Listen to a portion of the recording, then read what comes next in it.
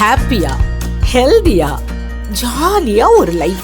Lanco Harmonia Pavilion Senior Living Apartments at Sri Perambatoor 2 BHK just 49 lakhs. Call 7717273747. Karthigai அன்று திருப்பரங்குன்ற மலை மேல கார்த்திகை தீபம் ஏற்றப்பட வேண்டும் என்று ஒரு தீர்ப்பை கொடுத்தார்கள். அந்த தீர்ப்பை மாநில அரசாங்கம் மதிக்கவில்லை. மதிக்காததோடு மட்டுமில்லாமல் அந்த ஏரியாவுக்கு 144 தடை உத்தரவு போட்டார்கள். அதையும் மீறி அப்போ கண்டெம்ட் மனு ஆனது கோர்ட்டில் போடப்பட்டது. அப்பொழுதும் கூட மாண்புமிகு நீதியரசர் அவர்கள் சிஎஸ்எஃப் உதவியோடு சென்று அங்கு முருக பக்தர்களுக்காக அந்த பக்தர்களுடைய கோரிக்கையை நிறைவேற்றும் விதமாக, அந்த ஜட்ஜ்மெண்ட்டை நிறைவேற்றும் விதமாக கார்த்திகை அந்த திருப்பரங்குன்றம் மலை மேலே தீபம் ஏற்றப்பட வேண்டும் என்று அந்த ஜட்ஜ்மெண்ட். ஆனால் அதையெல்லாம் கூட அவர்கள் புறக்கணித்தார்கள்.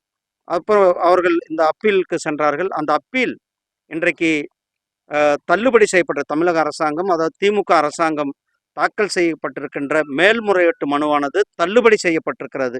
இது தமிழக பக்தர்கள் சார்பிலும் இங்கே கேரளாவிலிருந்து கூட நிறைய பக்தர்கள் வர்றாங்க. முருக பக்தர்களுக்கு நாட் ஒன்லி கேரளா, தமிழ்நாடு, கேரளா, உலகம் முழுவதும் இருக்கிற தமிழ் கடவுள் முருகப்பெருமானை வணங்குவதற்காக எல்லா பக்கமும் இருந்து வருகின்ற பக்தர்களுக்கு ஒரு மிகப்பெரிய ஆறுதலாக இந்த தீர்ப்பு வந்திருக்கிறது.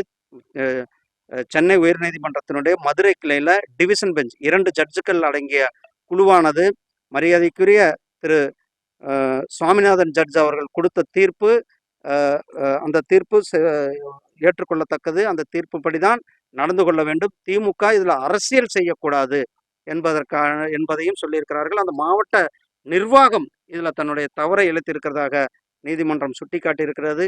இனியாவது நீதிமன்றத்தினுடைய தீர்ப்பை இந்த திமுக அரசாங்கமும் ஸ்டாலின் அவர்களும் இந்து மக்கள் மேலே குறிப்பாக ஒரு வழிபாட்டு உரிமை என்பது ஒவ்வொருவருக்கும் இந்திய அரசியலமைப்பு சட்டத்தில் கொடுக்கப்பட்டிருக்கிற ஒரு அடிப்படை உரிமை. அப்படி அடிப்படை உரிமை கொடுப்ப அந்த வழிபாட்டு உரிமையில் தலையிடுவது திமுக அரசாங்கம் அது நிறுத்தி கொள்ள வேண்டும்.